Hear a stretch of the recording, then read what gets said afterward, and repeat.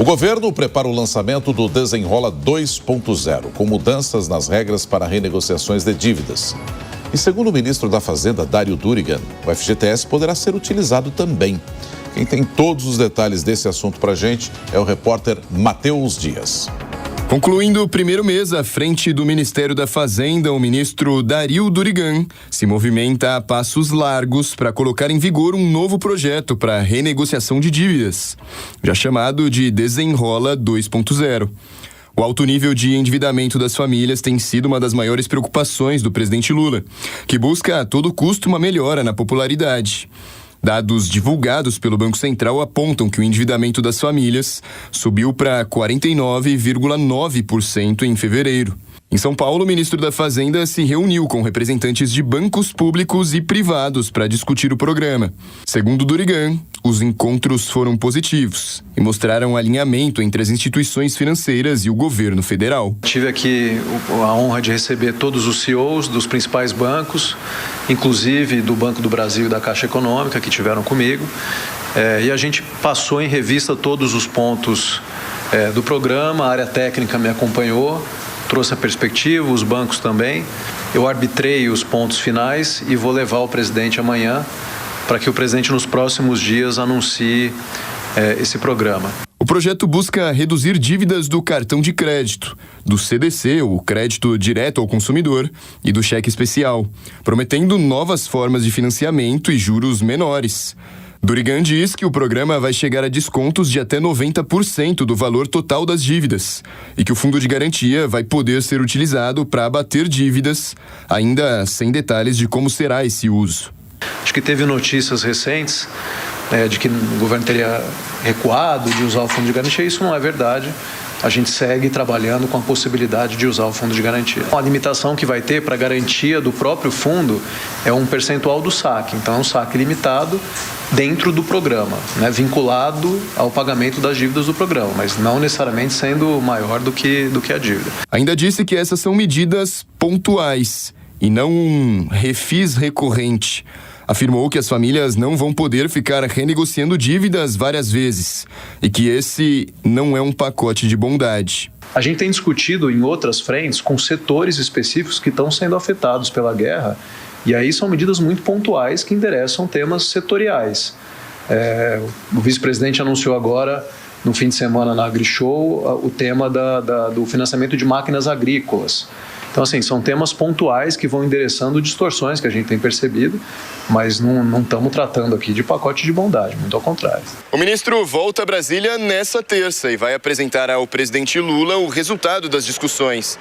O presidente, inclusive, deve anunciar já essa semana o projeto, junto com medidas de restrição a apostas e jogos online. Nessa terça e quarta-feira, o Comitê de Política Monetária do Banco Central vai se reunir para debater o novo patamar da taxa básica de juros, a Selic, hoje em 14,75%. Parte do mercado aposta em um novo corte de 0,25%.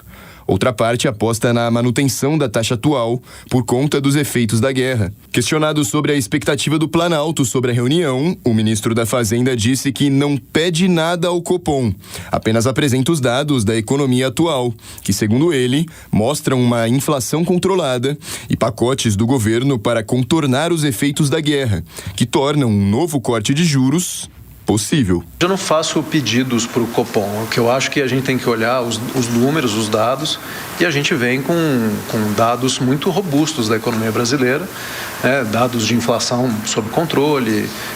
A gente, inclusive, nas medidas que estão sendo adotadas, com muito rigor, com limitação, seja no tempo, seja no volume, no impacto da guerra, no impacto principalmente nos combustíveis no país, a gente tem gerado essa possibilidade de ir mitigando o aumento de preço no país. A ideia do Planalto é que o Desenrola 2.0 entre em vigor a partir de maio, mas que permaneça em funcionamento apenas por alguns meses. Em resposta à investida do governo, o Sindicato da Habitação, o Secov-SP, manifestou preocupação em relação ao uso do FGTS para quitar dívidas em atraso.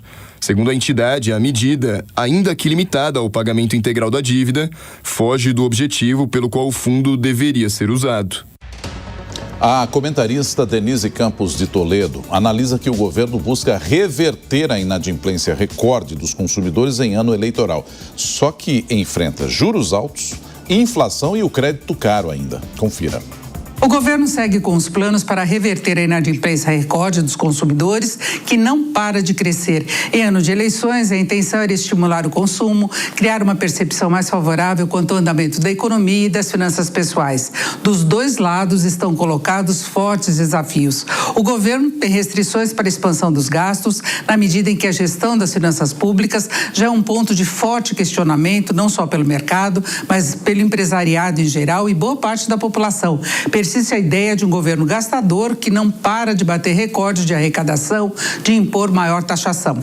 As iniciativas, como o aumento da faixa de isenção do imposto de renda, não tiveram maior repercussão. Se pode dizer que isso quase passou batido.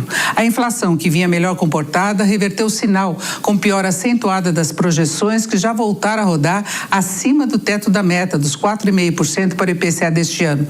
Isso principalmente pelos impactos da guerra no Oriente Médio, além de condições pontuais, como reajuste das tarifas de energia, resiliência de serviços, alta de alimentos. Como reflexo, o esperado ciclo de cortes da taxa básica de juros tende a ser bem mais modesto do que se previa, ou seja, o crédito vai continuar caro, dificultando a rolagem de dívidas. Aí deve entrar o novo programa Desenrola para a renegociação das dívidas dos já inadimplentes, com importante abatimento. O programa deve sair do papel até o dia 1º de maio, data simbólica. Difícil que traga alívio mais relevante quanto ao custo de vida. Pode minimizar os atrasos, mas há recordes também no comprometimento da renda das famílias com dívidas. De acordo com o Banco Central, já chegou a quase 50% em fevereiro.